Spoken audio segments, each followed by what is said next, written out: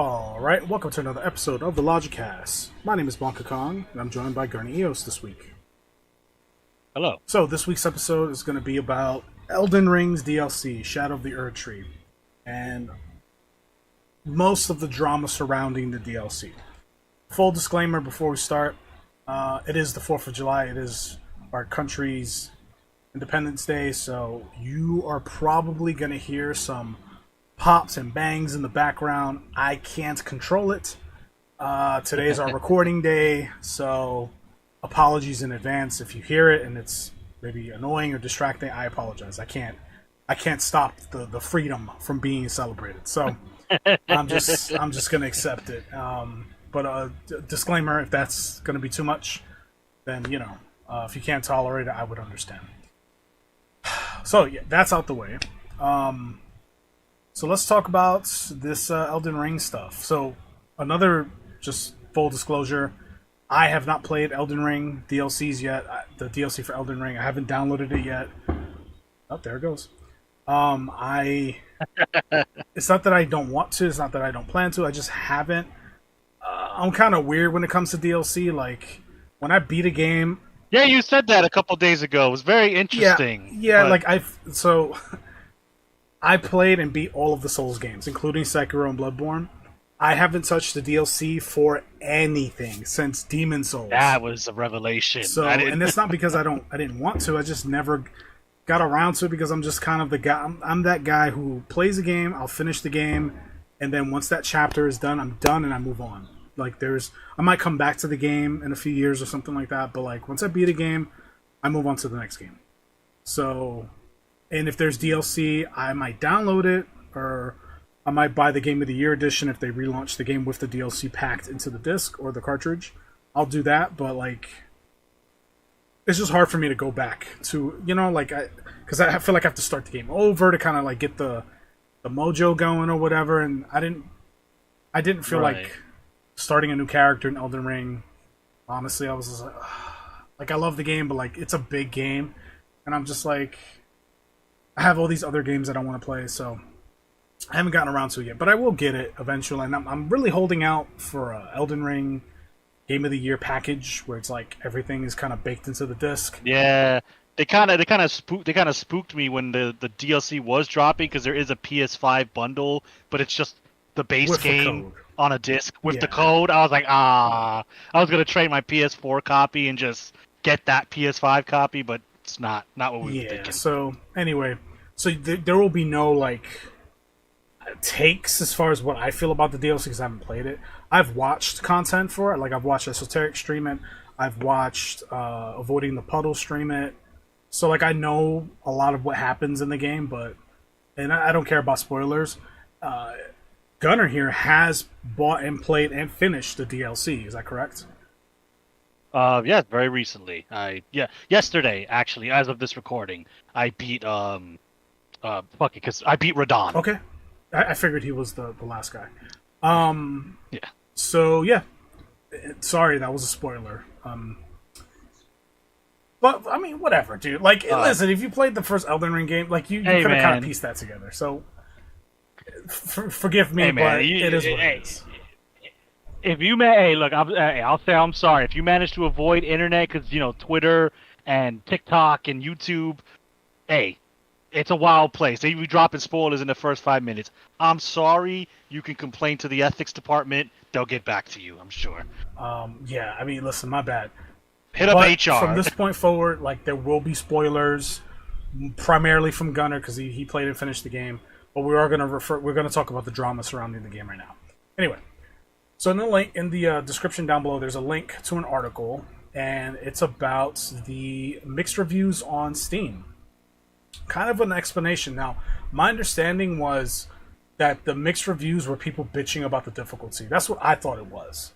That's what I thought. Evidently, it's actually a lot of Chinese players and players from Asia, that side of the world, just putting bad reviews. Now, I haven't read any of the bad reviews, but we'll just kind of quickly go through this article and then just kind of discuss it. So it'll be linked down below if you want to read through it as well. So Chinese players account for majority of negative reviews for Shadow of the Erdtree, with its rating dropping to mixed. So according to this, 46%. Is it 46?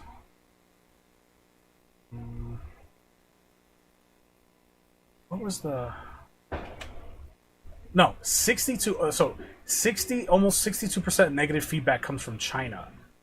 So that's almost more than half. That's like 2/3 of Yeah.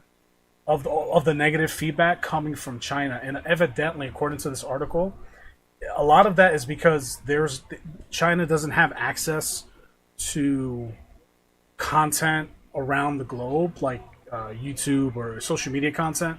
So they have a hard time finding information on the game as far as like, what the metagame is, what the ideal builds are, guides, nothing. Like that stuff is all unavailable to them.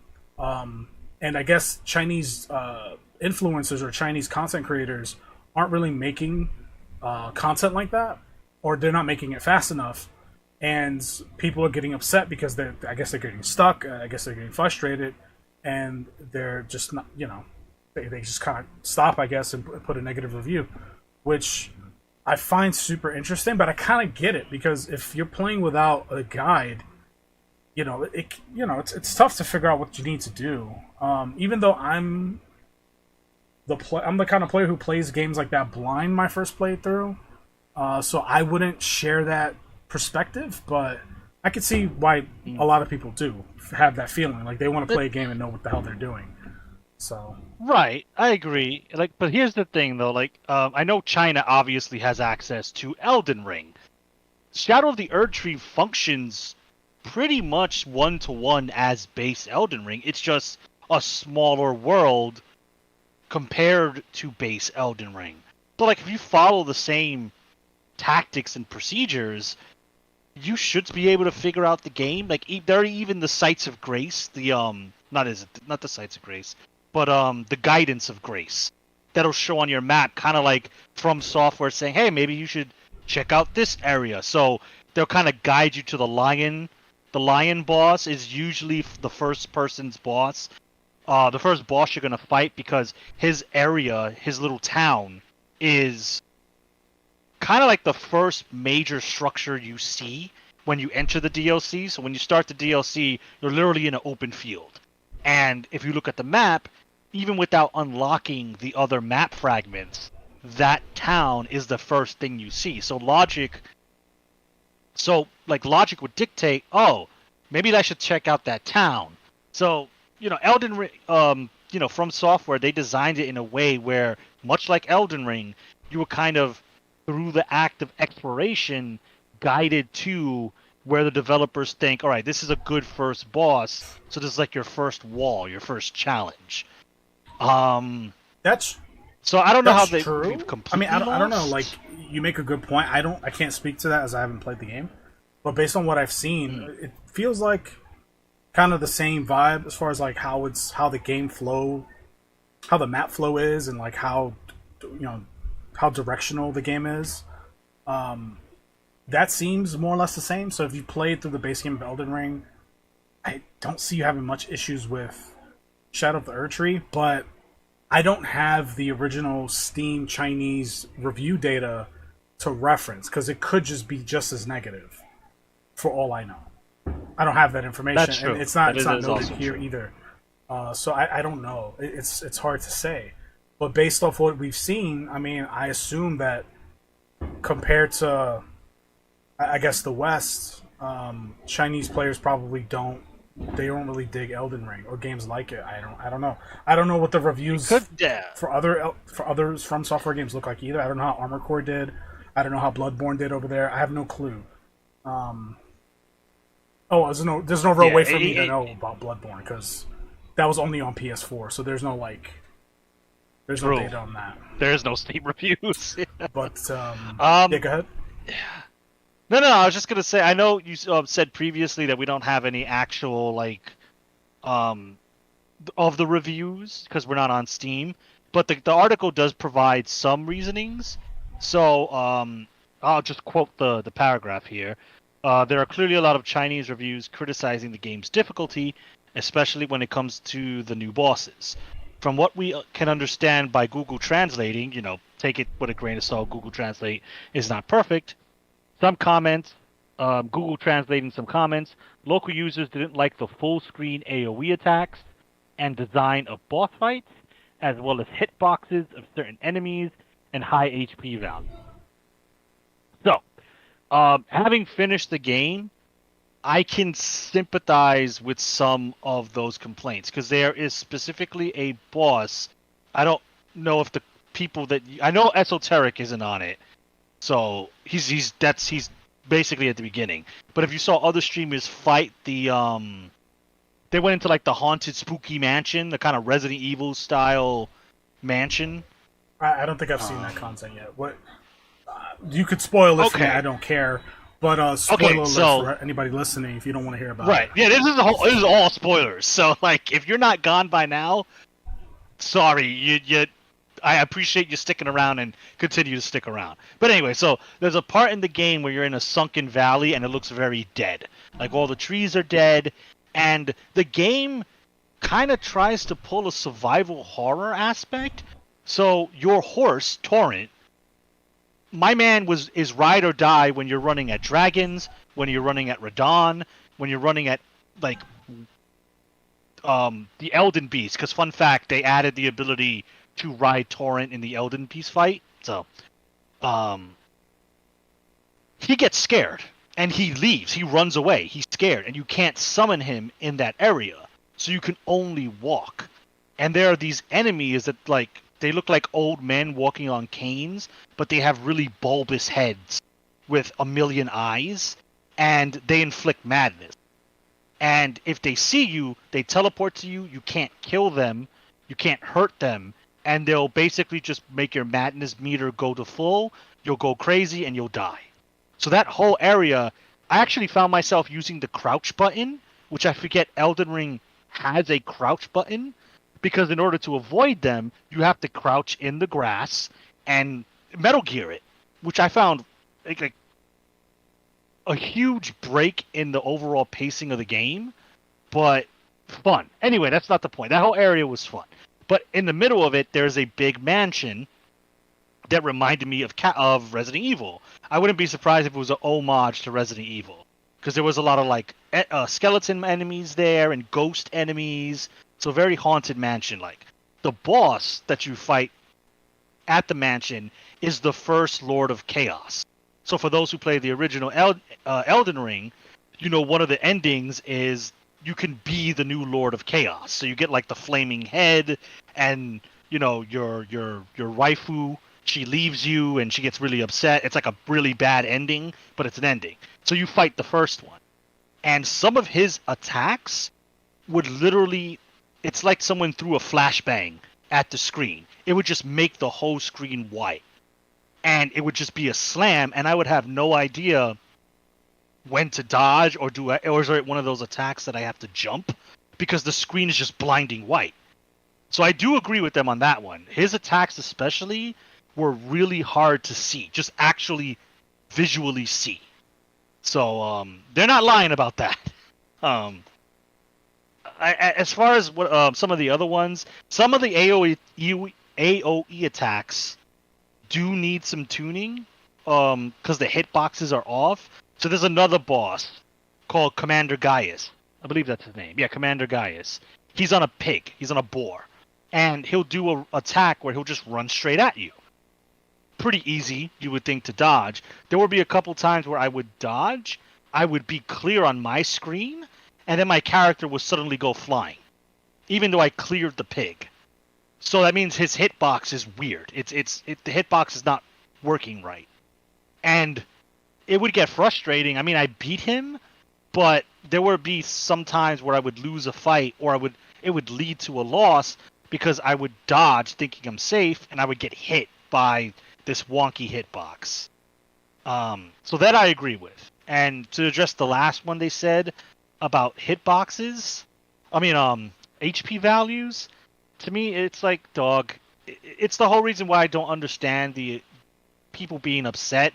Like, this DLC was meant for endgame players. Elden Ring's been out for 2 years. why would they release a DLC where a fresh level 1 player can jump into? It's meant for end game characters. It's meant for people like soul level. They recommend that you don't start the DLC until you're soul level 150. I started at soul level 100, and I had a really hard time until I got more of the free fragments, and I started leveling up with the souls, and then it became progressively more manageable. But I knew what I was getting into. I decided, well, I want to play the DLC, so I quickly did what I had to do to gain access to the DLC. So like I don't get the complaint. It's late game DLC. It's not meant to be tackled in the beginning of the game. I mean, Dark Souls 3 did it. They had 2 different DLCs. The Painted World one and the Ring City. The Painted World one was the first one to come out, and that was meant to be tackled midway through the game. That's why you run into the NPC that takes you to the DLC world midway through the game. And Ring City was meant to be late game content. That's why you have to be almost at the final boss to access that content. It's done for a specific reason. So, like, for the guy who ran it at soul level 50 just to get to the DLC and is now complaining that, oh, this is so unfairly hard, come on, dog. Like, you got to take a little bit of accountability. You went into late game content at a low level. Like, you know, Elden Ring is about skill, but your levels do play a factor because obviously leveling increases your defense. So the lower level you are, the bigger the hits are going to be.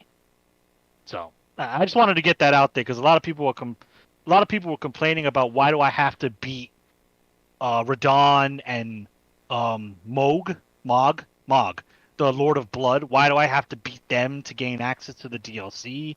One, it's tied in with the story, and two, the reason why you have to fight a late game boss is because it's late game DLC. So there goes the answer. Yeah, so where do I start? Well,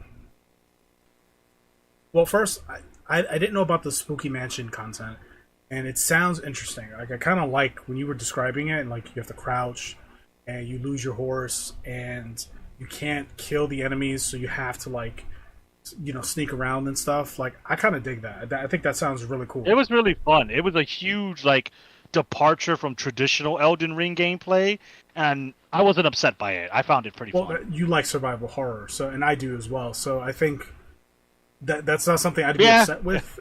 You know, and I'm interested to see, like, if that's something they'll dive into further and make, like, survival horror game. You know, maybe bring back Kingsfield and make it more survival horror. Listen, just throwing that out there. So,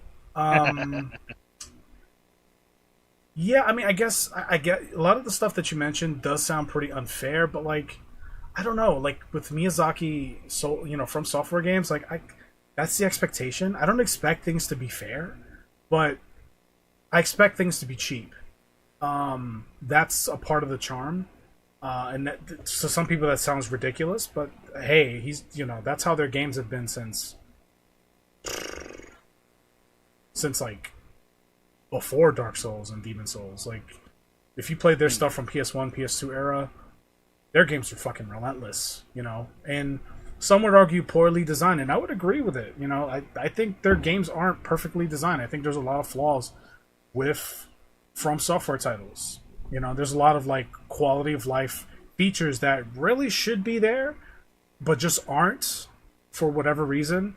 I don't know if it's just negligence or if it's just, like, a meme for them. Like, it's just like, lol, let's just not put a pause function in the game. Just to get a kick out of it. Like, I don't know if they're just memeing the community. I couldn't tell you, but I can understand why some players would be upset, especially the Chinese audience, considering they don't have access to comprehensive guides. And, you know, another thing I wanted to point out, and I pointed this out before we started recording, there's a great chart here. It's a part of the article that's linked in the description. A lot of the Eastern countries aren't huge on Elden Ring. So South Korea, only 47% of their reviews were positive. That's less than 50. In Japan, 47% as well.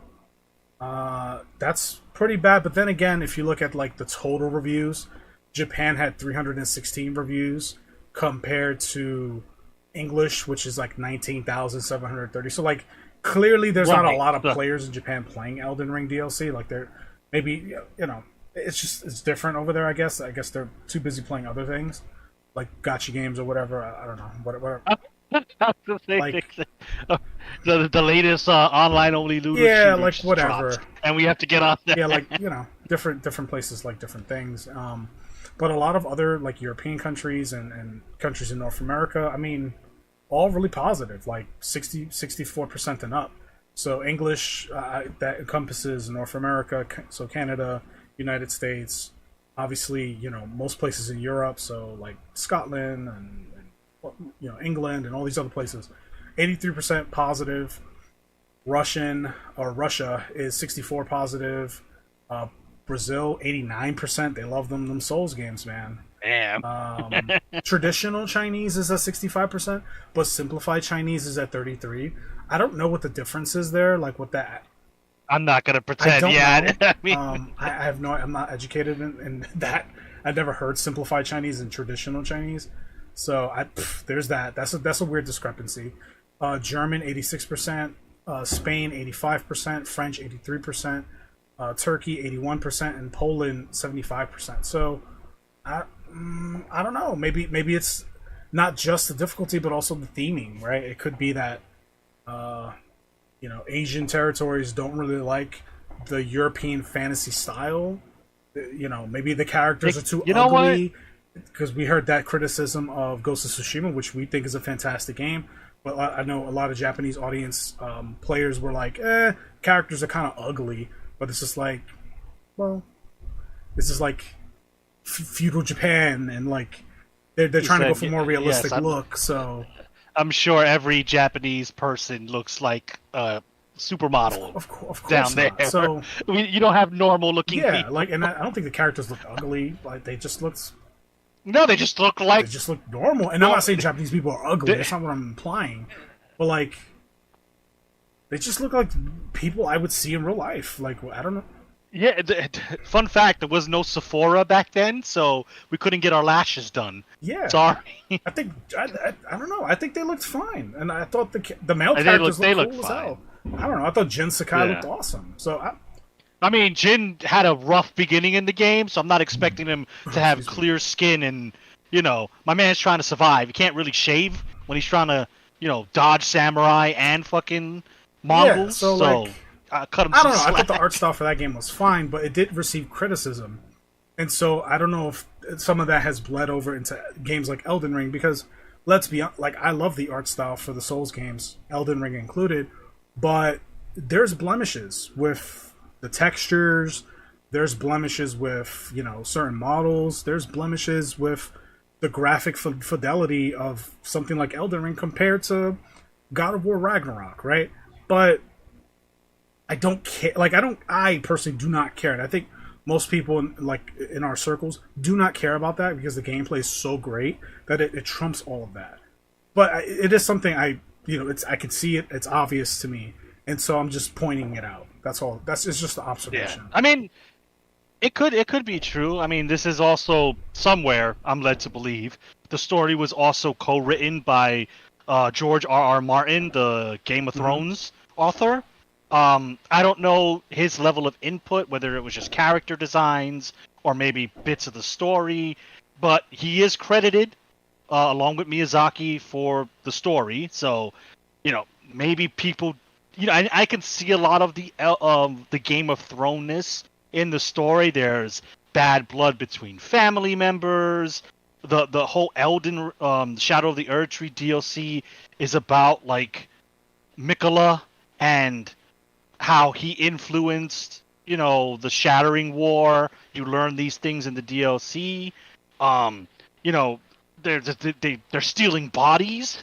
Because in order to bring Radon back, they had to steal the body of Moog and basically bring back Radon's spirit through his body. So they're basically fighting Radon in the body of Moog, which is fucking wild.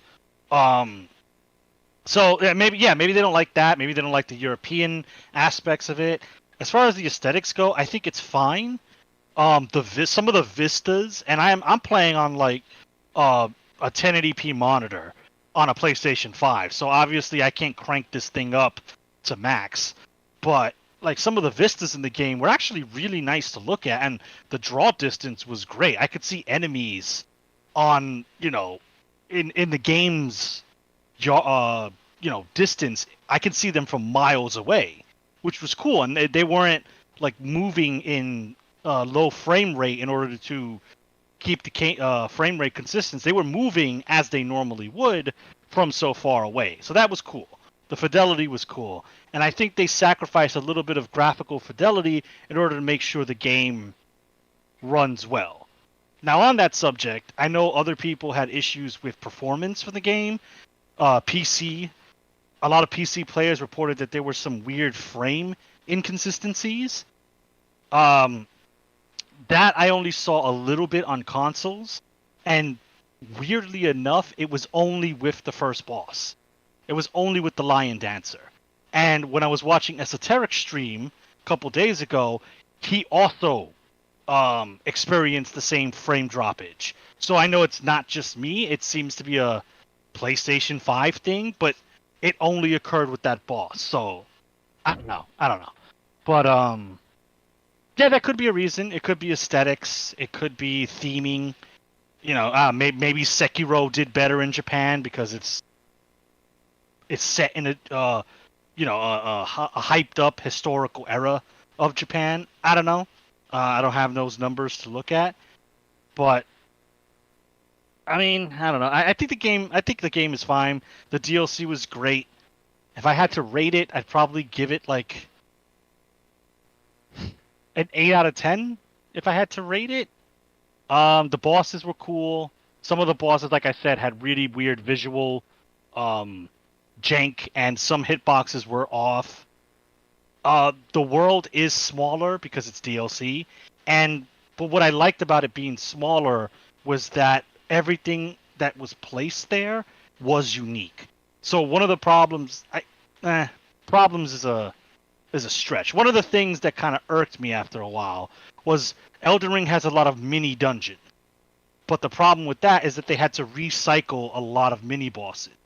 So you would fight a lot of the cats with the swords, the stone cats with swords and one with magic. And there'd be a dungeon where you fight one, then you fight the other, then you fight two of them at the same time. So they had to kind of double up on mini bosses. Which, hey, is what it is. But it kind of reminded me of the shrines from Breath of the Wild, how they started to become samey after a while. But the reason I pushed through it is because you were always rewarded at the end.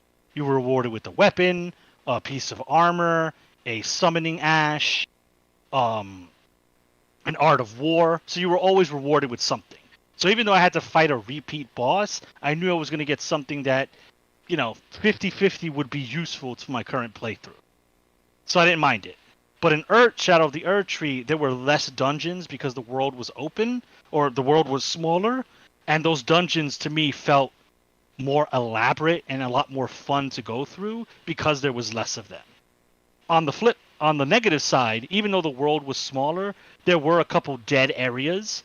And I mean, like, parts of the map where there wasn't a lot. There wasn't a world boss on the map. There wasn't a dungeon. There was just one thing to interact with, and that was it. And there was only one site of grace. So there was like a couple areas in the game that were big open areas, but only had one thing to do. So it was a lot of just me running on torrent to get to a spot. So I guess if I had to levy a criticism, I would have felt if that area only has one thing to interact with, you could have made it smaller. Instead of just having this big empty lot, essentially, for me to run around and kill a couple enemies wandering on the open world. But overall, for $40, yeah, I think it's worth it. If you want more Elden Ring, this is more Elden Ring, and it's at a pretty decent asking price compared to some other games, some full price games out there. So, if you want more Elden Ring, I definitely recommend it for sure. Yeah. So, where do I start? So just to kind of piggyback off the first thing you brought up with the performance issues, that was definitely a thing on PC. Like a lot of PC players, I've seen complaints about the game being locked at 60 frames, and I saw a video just like an hour ago. What's his name? Mudahar. He made a video about it. He talked about how he had to download a mod so that he could go to 120 frames, and even with that mod, there were certain points in the game where they would dip to like 30 or 40 frames a second because there was just so much going on screen. And so, that some of a good chunk, I think, of the negative reviews were performance based, reasons as to why those reviews existed. And that's fair enough. Like, I can't be mad at that. Like, if performance is like the main thing for you, if you already get, and you have an expensive PC with like parts that should be able to handle this, then it's on FromSoft to like optimize the game for PC users. So I get that. But like me, I'm very like, I'm a real simple guy as far as like my expectations when it comes to certain games. So like, listen, play Dark Souls 1 on PS3 or 360 day one without patching it, and like you'll see frame rate drops. You know what I mean? Like, and I played those at launch. So like I can tolerate it. Not that it's okay, but like for me, it's like I've dealt with games like that all the time, and so like you've gamed through worse. So it's like I could power through this. And then like your criticism of like the open world having like chunks of land where like there's not much to do, and so it's just like empty land. One, there could be secret shit in those particular areas. That's true. Number one. That's number two, that is just a side. And let's say that there isn't secrets or anything like that in those areas. That's just a side effect of open world games. Like the best open world games are gonna have like areas where there's like not a lot going on. That's just a part of it, right? Which is why the Souls games were so great, because they were like focused on like this very specific kind of experience, and that's why I like linear games personally, because a linear game, you as a designer, like you're able to really like create this like you have more control as to like how the player maneuvers, and so you can kind of like tailor the experience to garner the kind of like emotions you want to get out of the player, if the game is linear, right? But if it's open world, then exactly. You leave it up to the player. The player's going to kind of do stuff, and there's going to be a lot of players who are going to, go off the beaten path and like do their own thing, which is not intended for the design. So, for example, when Elden Ring first came out, it's recommended that you go south first to that castle area at the bottom. I didn't do that area till like endgame. And when I went back there, I blazed through it because I was 50, 60 levels above all of the content that was down there. I was like, oh shit, I guess I was supposed to come down here first. And so that's one of the bad things about open world games, is that like if you're not really given a clear direction, or you're given an option to kind of just go wherever you want to go, you can kind of have a lopsided experience. And some parts of the game are going to feel less impactful because you were given an option to kind of go anywhere. Same thing, and it's even worse in Pokemon Scarlet and Violet, where I was going through areas I wasn't supposed to, and then I would kind of come back around. My Pokemon are like level 50, and I'm over here in a gym, and the highest Pokemon's like level 22. I'm like, well, shit, I was supposed to be here already, but, I was allowed to go this way, so I just kind of went this way. And so I think games need to do a better job. If you're going to go and make a open world game, you really have to work on the scaling, and the games need to scale to like the player level and kind of adapt to how the player is playing. I think that needs to be implemented better, or implemented in general, because I know some games they'll do it. The one game that always comes to mind, which is it's a far cry from Elden Ring or games like it, is Final Fantasy VIII. Final Fantasy VIII did that, where the game scaled to Squall, the main character, scaled to his level. So if you over leveled and you came at you grinded to level 99, let's say, all of your bosses or all the enemies, period, would be scaled to a level 99 character. So like the strat was to be as under-leveled as possible because it would make the game easier. Now that's a JRPG, that's a different formula than a game like Elden Ring, but they could do a scaling like that where if you're soul level 100 and you go to that south map, the enemies and bosses would get an HP and attack and defense buff to accommodate a soul level 100 character. I mean, I don't know the specifics. I'm not a game developer, but I know it can be done because other games have done it. I think, if I'm not mistaken, and correct me if I'm wrong, anybody listening to this, but I'm pretty sure Oblivion, Elder Scrolls Oblivion, also scaled to like the player. So that game had an open world. Even though there was like a recommended path, you could kind of go wherever you wanted to. And that game, I believe, scaled to your level.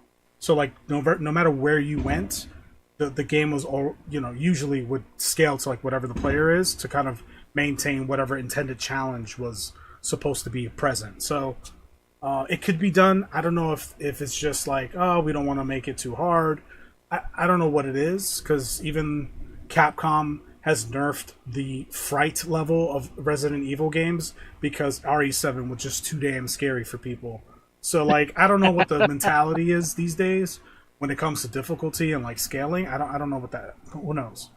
But Nah, I'm pretty sure we'd see an IGN article. It's like, it's unfair that Elden Ring punishes me for leveling my character. We'd see it. We'd see that article. Yeah, you're probably right. It's like, just make it Until Dawn, and I think they'll be happy. Yeah, modern gaming. But there was also another controversy, I guess, involving a YouTuber's response to this whole like Elden Ring is too hard kind of narrative. So a YouTuber I know you and Zeta do not like or don't particularly care for, Alana Pierce, she made like a response video talking about some of that stuff, and she's of the belief of, it's like a 17-minute long video. I'll link it in the description in case you want to watch it yourself. But like, there are certain snippets good luck that that kind of went viral on like Twitter and stuff, and people were talking about it. So I guess we could just kind of like talk about it a little bit. There's 2 points that she made that I don't really agree with, but everything else kind of made sense. So her thing was like, the game isn't too hard. In the DLC, they give you the tools to make the game easier, right? The Skidoo tree fragments. That I agree with. You have the summons. Like, there's Elden Ring. I feel like is probably the easiest soul game you can play. Like, quite frankly, because of just the amount of like tools that you have, optional tools. It's insane. Like the summons, the weapons, and Ashes of War. Real quick, it's a lot of stuff. Go ahead. Yeah, just real quick, because before I don't want to off track too much, but it's relevant. A lot of people will say like, "Oh man, this DLC is too hard," but then like you look at what they're playing as, and they're playing as level 1, 0 upgrades, wooden club run, and it's like, really, you purposely added factors that make the game harder, and then you complain how the game is hard. Level your character, use the fragments, use a summon. Bruh, I'll let it be known right on this podcast, me and Mimic Tier, we were hand in hand for a lot of those fights. Okay? When I went to go fight Radon, Mimic Tier is there. Did Mimic Tier die in like phase 2? Sure, but he served his purpose. He was a distraction, which allowed me to kill Radon. Like, and I don't care. Like, and now if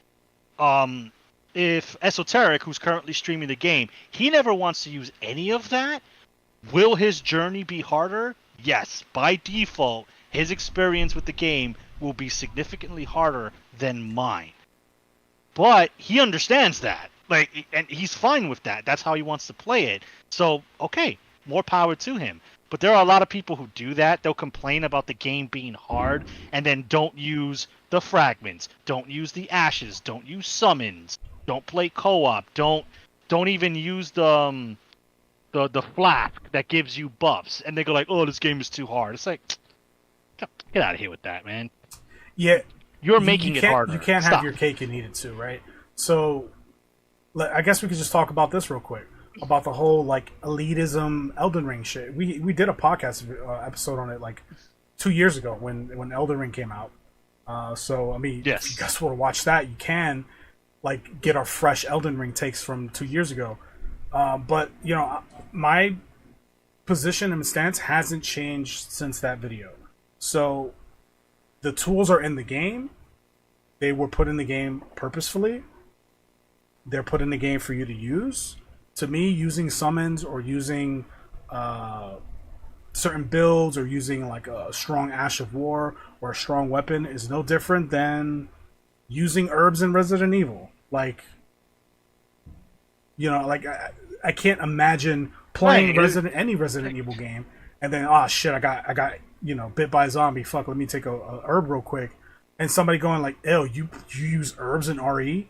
It's like, well, yeah, I need to heal my character. What do you mean? Like, yeah, like, oh, you use cold drinks in Yeah, it's Monster like- Hunter? I just let my HP drop. yeah, like you're in the desert. You should be dying. And I'm like, what are you talking about? Like, what? Why? What? Like, you play Mega Man, but don't ever jump. It's like, what? Like, why wouldn't I play Mega Man 2 but never use Metal Man's power?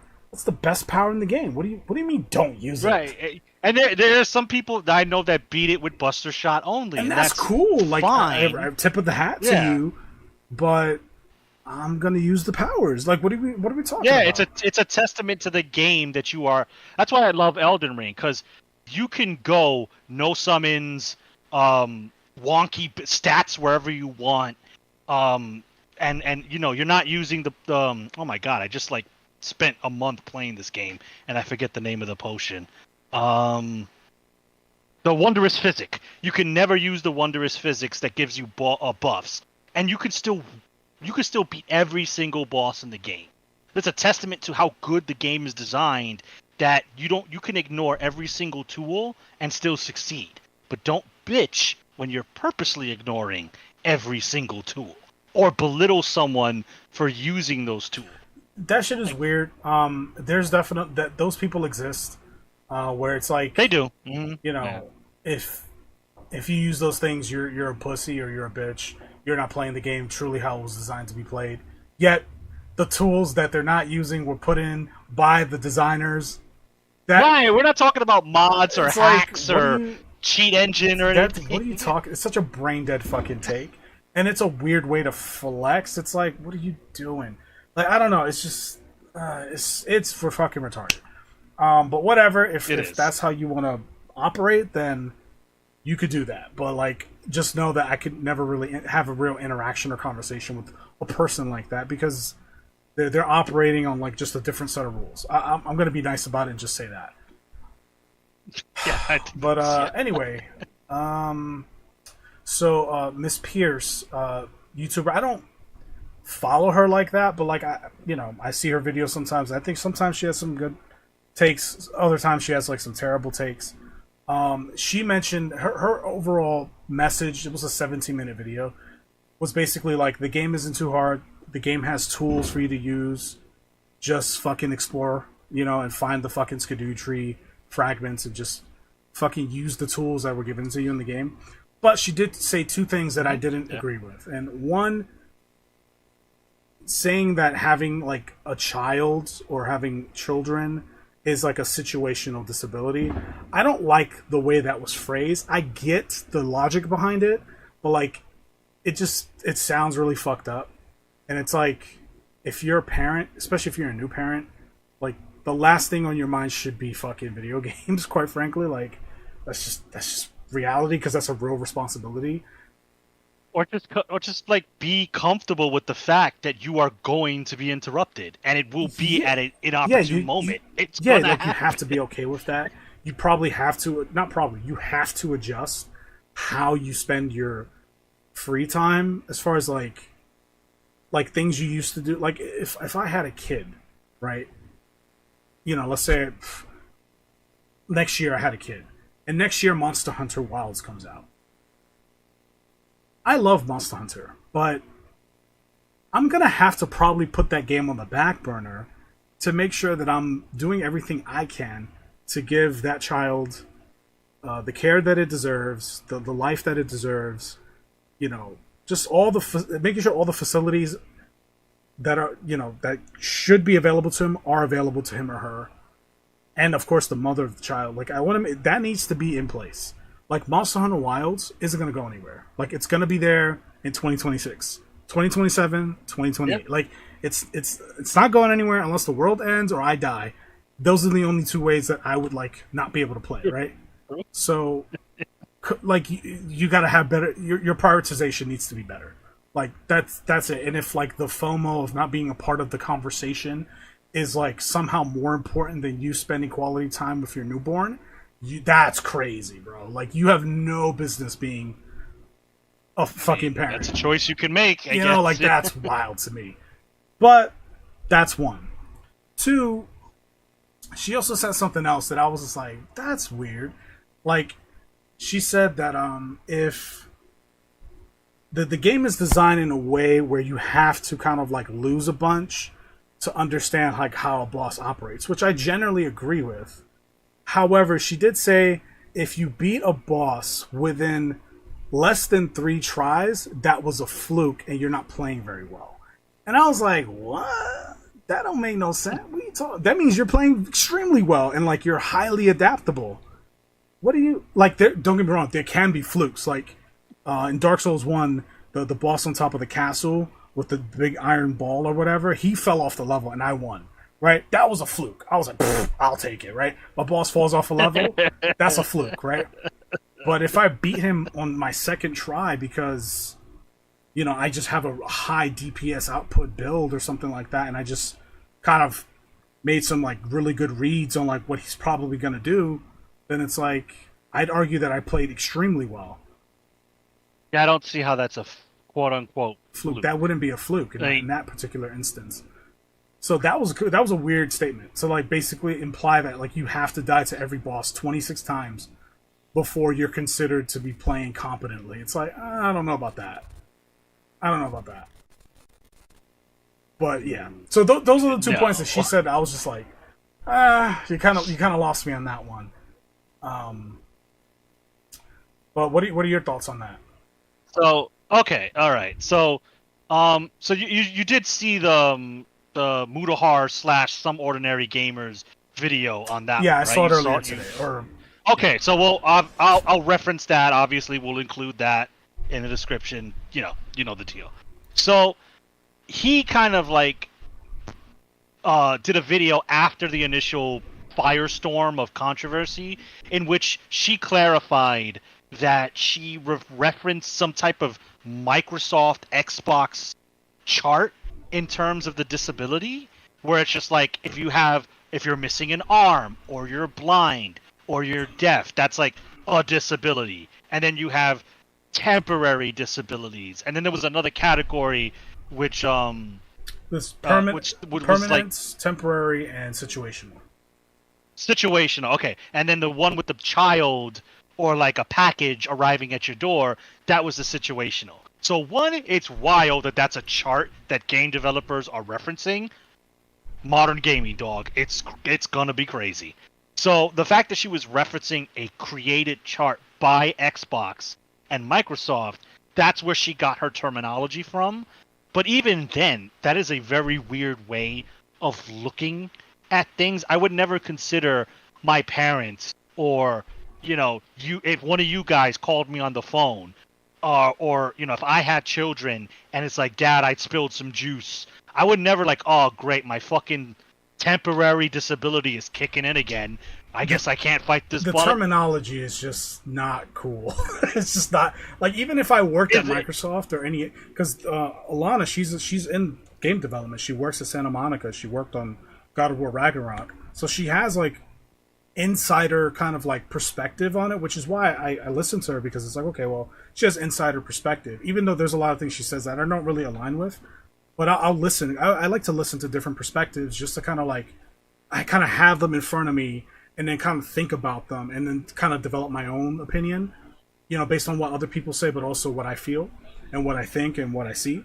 Nah, that's a smart way. So- Yeah, just try to reduce the echo chamber. Yeah. I get You got to listen to both sides of the fence, and so I get like again, I understand that having a child is like burdensome, like that. And I don't like to say it that way. Like having a child shouldn't be a burden, but like it is. You know, if we're being real, like it's going to get in the way of you doing certain things, obviously, and so that's kind of how they mean it. But it's like I just don't like this because when I think of disability, I think of like, you know, a horrific kind of situation that you can't control, and it's like, well, being a parent isn't. There's nothing. I was gonna say there's nothing horrific about being a parent, but that's not really true. But like, you know what I mean? Like, it's generally a good thing. It's seen as a positive thing. If we're talking about the ideal situation, you meant to have children, you want children, you love your children. So, and I think that would be majority most of the time, right? That people feel positively about having kids. I mean, for my sanity, I'm gonna say it's a good thing, right? More times than not, right? And to label that as a disability is just kind of like I don't know. It just feels scummy. It goes to show you like how certain corporations and businesses kind of see their consumer base, where they see them as less than human. Dehumanizing. And it's like that's pretty disgusting, you know. But whatever. Like to me, it's like, okay, if that's how you see it, that's how you see it. I understand your point. I don't like the terminology, but I get it. It's just kind of silly to me because when I think about that scenario where like you have a kid and like you're trying to play Elden Ring and your dumbass 2-year-old just spilled milk and now you gotta I was about to win this fucking boss fight, now I gotta stop to clean up the kid because he poured milk on himself. It's like, brother, like, you need help. Like, where's the other parent, because you're not fit to be caring for this 2-year-old. You know what I mean? Like, it's not the end of the world. He'll fall asleep eventually, and then you can beat him. It's not the end of the world. Okay, so going back to that article, that I did find interesting, that she wasn't just saying these words, that she was reading from an official document. Yeah, true. So that's interesting and also distressing at the same time, because that means she is not alone in that terminology. No.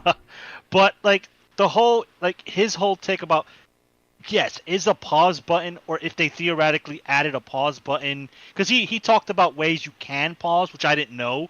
Like on PC, if you open up the task manager, that pauses the game, or on consoles, if you go into the item description, it pauses the game even during if you go to like the help menus. I didn't know that either. Yeah, I didn't know that. Yeah, so it's like, so his logic was, if there is a way to pause the game, why not just add an official pause button instead of us having to go through kind of like the 1 or 2 hoops to initiate a pause?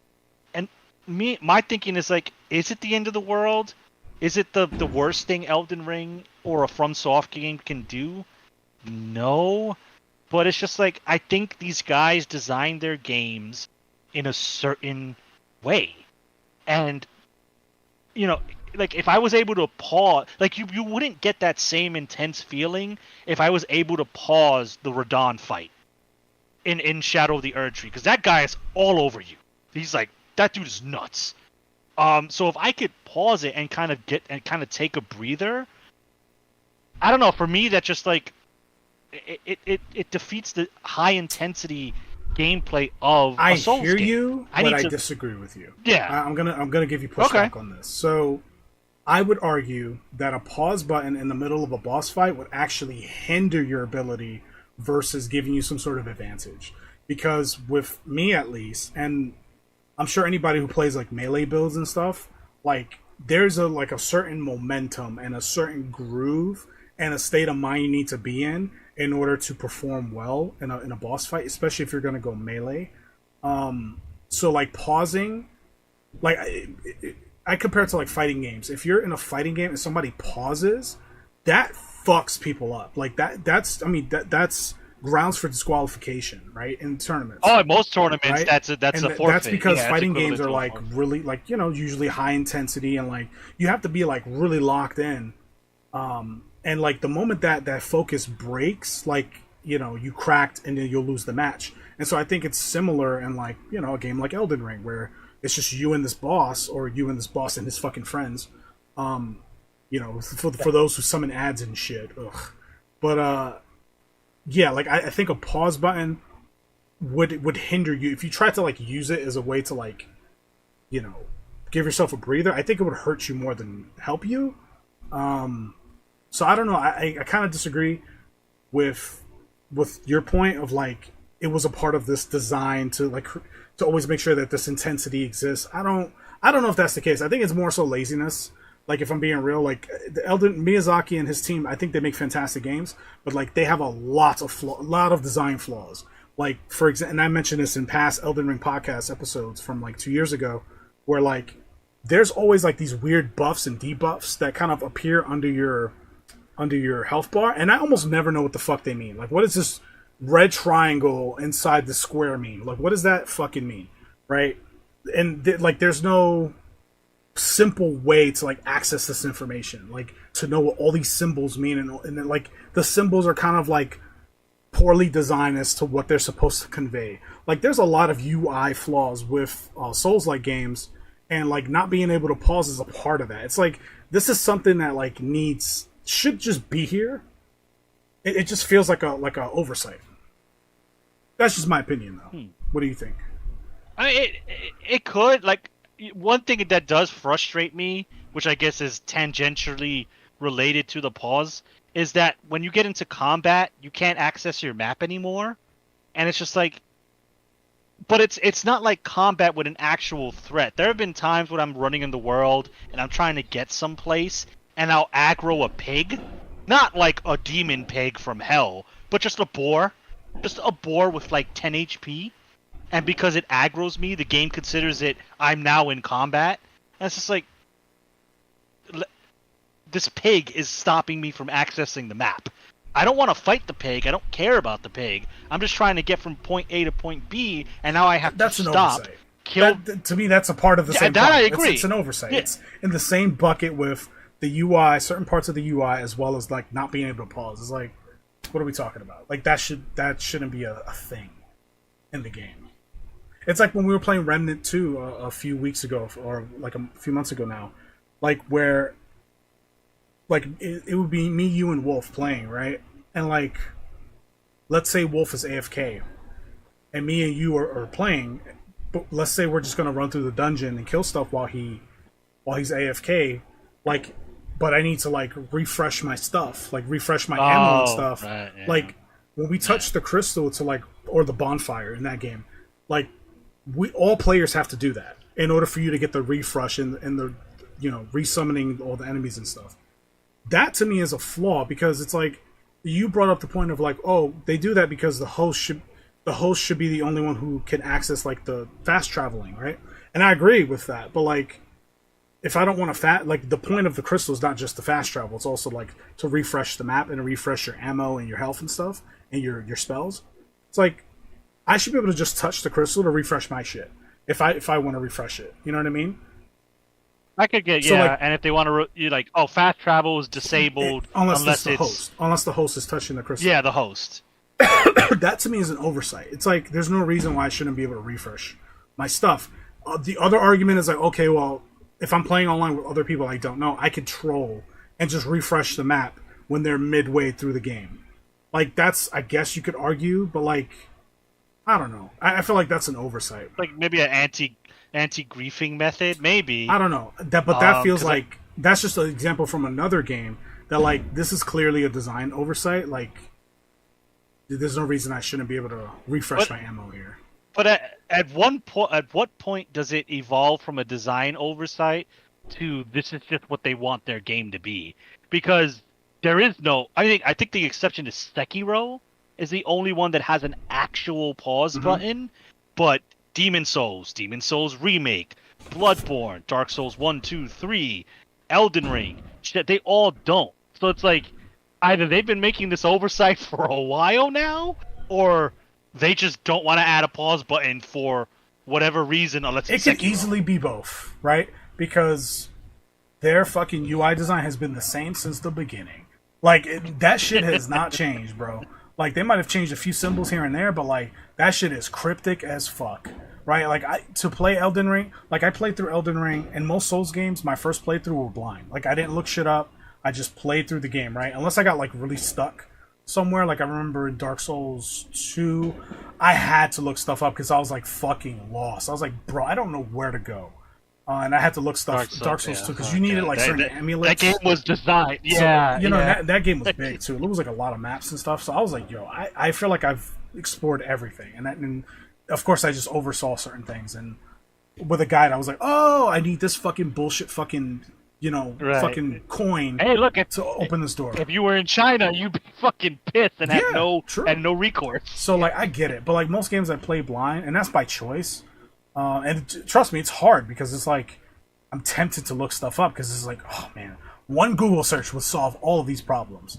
But like, I like the experience that day one fucking blind, just kind of enjoying the game experience, and I have enough like gamer discipline to do that, right? Because I would have conversations with people about like Pokemon Nuzlocking, and like I remember somebody I used to like talk to and hang out with. He was like, I don't know how you do that, right? Like, how you have the discipline to follow these rules that aren't enforced, right? The only enforcement is you, right? You only allowed to catch one Pokemon per area.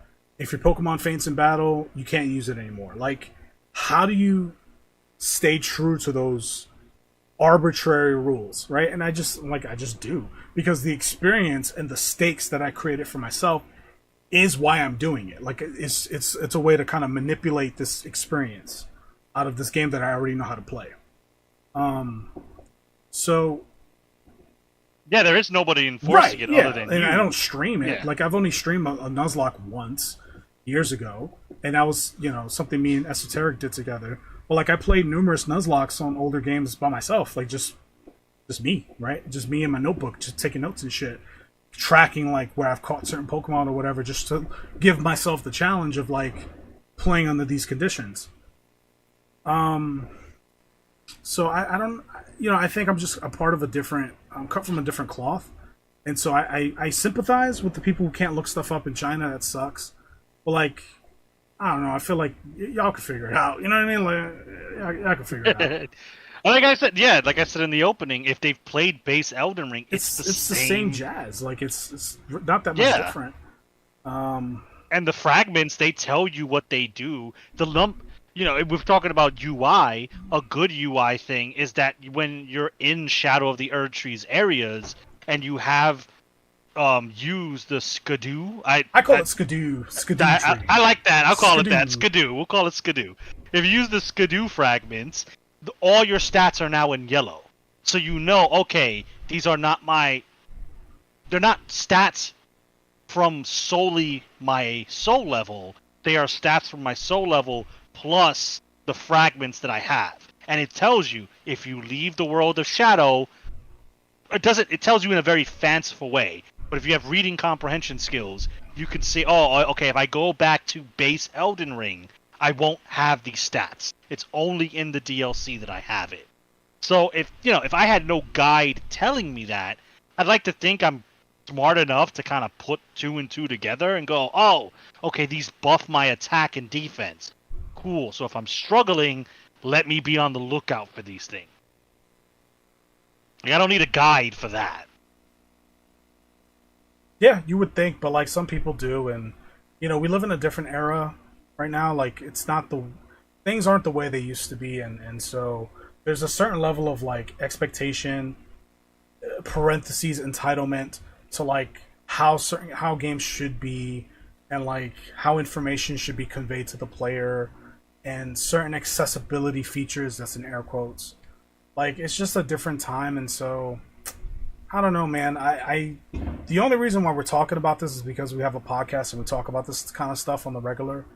But like, to me as an individual, this is all noise. Like, this doesn't affect my perspective on these kinds of games. It's not gonna affect my eventual purchase of the downloadable content for Elden Ring. I'm still gonna play it, or I plan to. Right? I say that now, but then like other shit will come out, and then 2 years will pass, and like, yeah, I never played the Elden Ring DLC. That's very possible, but my intentions are to play it before the year is over, because I know next year, once Monster Hunter comes out, that's probably going to eat up most of my time. And amongst other games, there's a bunch of stuff coming out in 2025 in general, so yeah, I think that's going to be a really like active year for like good games. But if my closing statement is simply this: calling being a parent a disability is fucking weird. That's a weirdo way of saying it. That's number one. Number two, you don't have to lose to the boss 30 times before beating him in order to be, air quotes, playing the game correctly. That's weird. That's a weirdo take. Not using the tools put inside the game to help you in order to make the game harder for yourself, in order to have like a flex online. That's weird. Like, if you want to do that, like, you can, but like, that doesn't give you a platform or a reason to like flex on other people who don't play that way. Because if somebody plays Pokemon without doing Nuzlocke rules, like, I'm not gonna be like, oh, you play Pokemon normally? Ugh. You don't play Nuzlocke? Ugh. Like, how cringe does that sound? Like, shut the fuck up. Like, that's just how I feel. Like, you play the game the way you want to play, as long as you're playing by the rules of the game, and if it's an online game, as long as you're not hindering other players' experience, then it's all fair game. And yeah, like, know what you're getting into. Like, these games are pretty tough, but they're not, compared to actual difficult games that are actually unfair. This game is nothing. Play Shikan on original hardware, or play Ghouls and Ghosts on original hardware with no save states, and then talk to me about difficult. Like, there's difficult games out there. The Elden Ring and Souls games are difficult by today's standard, but brother, you play some older games where there's no checkpoints, there's continues, and if you die like a certain amount of times, the game literally says game over and you start over. There ain't no password for you. It's do the shit again. It's like, are you kidding? Like, older games are way harder, bro. I don't want to hear about this. Oh, it's too hard. Play Shikan, don't use save states, and tell me about hard. Play Ghouls and Ghosts, no save states, and then talk to me about difficulty. So that's it. I don't know if you have any closing thoughts. Yeah, sure. I'll give some closing thoughts. Yeah, just to mimic what you said, terminology is weird. The fact that is a quote unquote established terminology is just another modern games are gonna suck because you got a kid, you're disabled. I don't like that, but that's what's going on. She's just using industry lingo, apparently. So there's that. Take that for what you will. The whole take on if you're not spending 2 days to fight a boss and losing, you're not playing it right. That's incredibly incorrect. And a very weird take to have. As far as the pause button, the titular point that she got, I'm just gonna call it engagement because that's what she probably wanted. The engagement on the internet for is, I mean, is it a big deal? No. Would it break the game if they added it? No. They just haven't. I don't know what to tell you. They just didn't. It might be an oversight. It might be bad game design. Whatever the case may be, they have not added it. They have not added it for a series of games. -1. It just, if you're going to play the Souls games or Elden Ring, anything other than Sekiro, and you have a situation where you're going to be interrupted, just live with it, embrace it. It's going to happen. The boss will be there. You will be there. You'll beat him. Trust me. You'll be okay.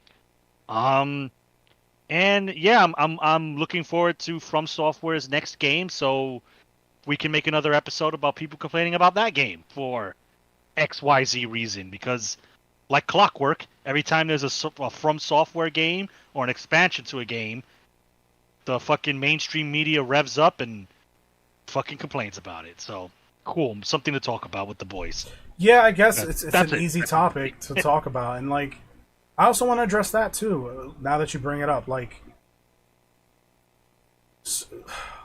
I remember when Dark Souls and Souls-like games were just like a niche, and like you were just a part of that group of people who played those weird European fantasy games that are hard as fuck.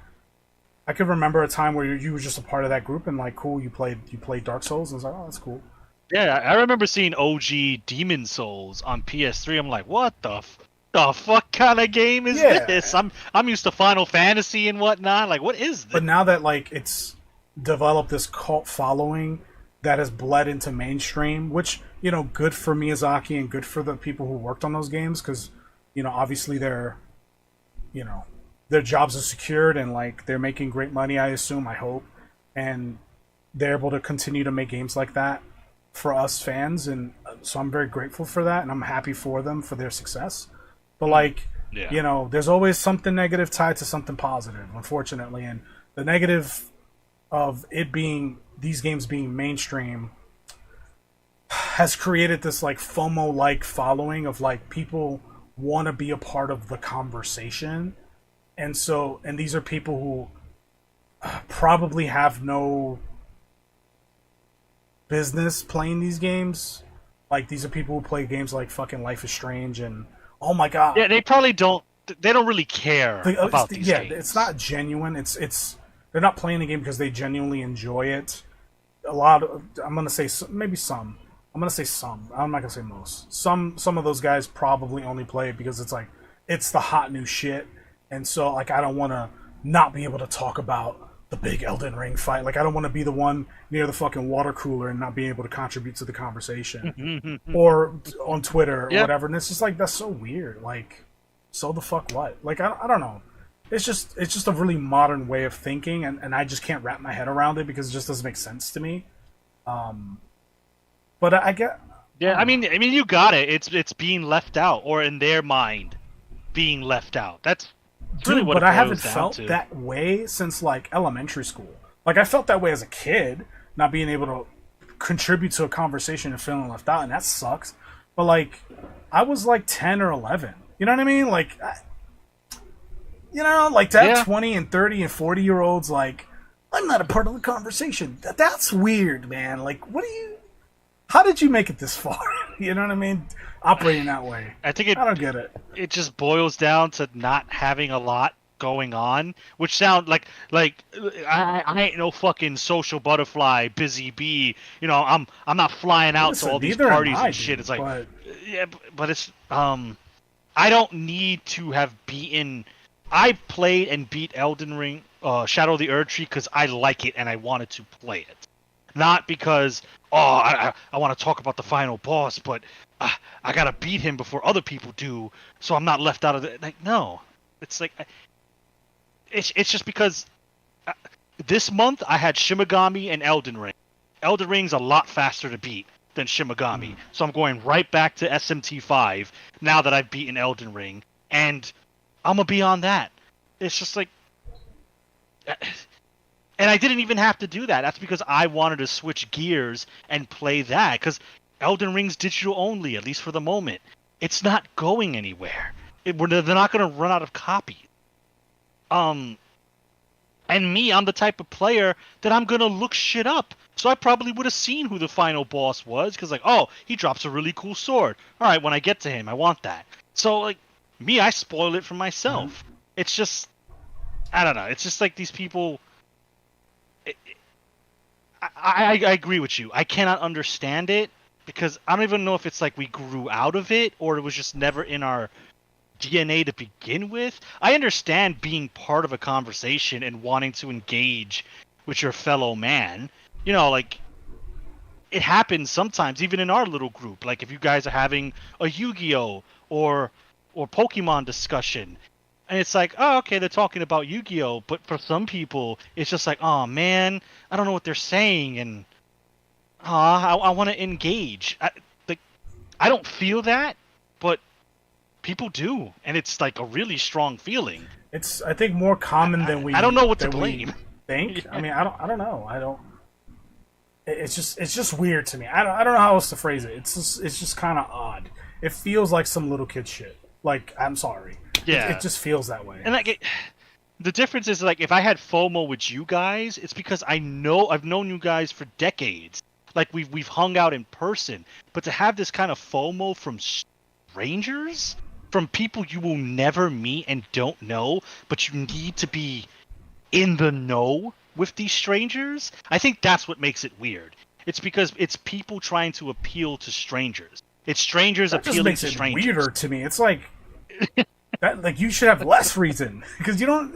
Who gives a fuck about You this should. random online? Like, you know, not to make this video too long, but this is the last thing I'll say. Like sometimes we'll get negative comments on our videos. Like some people will say, you know, mean shit to us. Like, oh, that was a dumbass take. We'll let this idiot talk, or whatever. Or they'll like, you know, whatever. They'll just say negative stuff, right?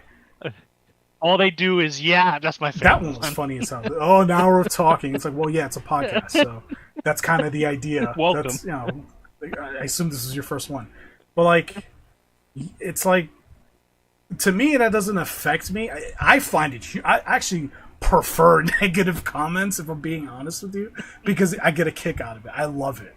I like the positive comments too, right? Like I enjoy the comments in general. You heard them, guys. Leave all your negative. But dude, comments. like I love it when people shit on me because it's funny to me. It's like, like, because it's at the end of the day, like I'm just a dude talking, right, on this video, and like the person listening to it is just a dude listening. Like we don't know each other, and like we'll probably never interact, and that's okay. And like if this person has a negative opinion about me, or I say something that they don't agree with, like what, like cool, well, whatever. Yeah. Like, you know, I'm gonna do my thing over here, you're gonna do your thing over there. Yeah. Like whatever.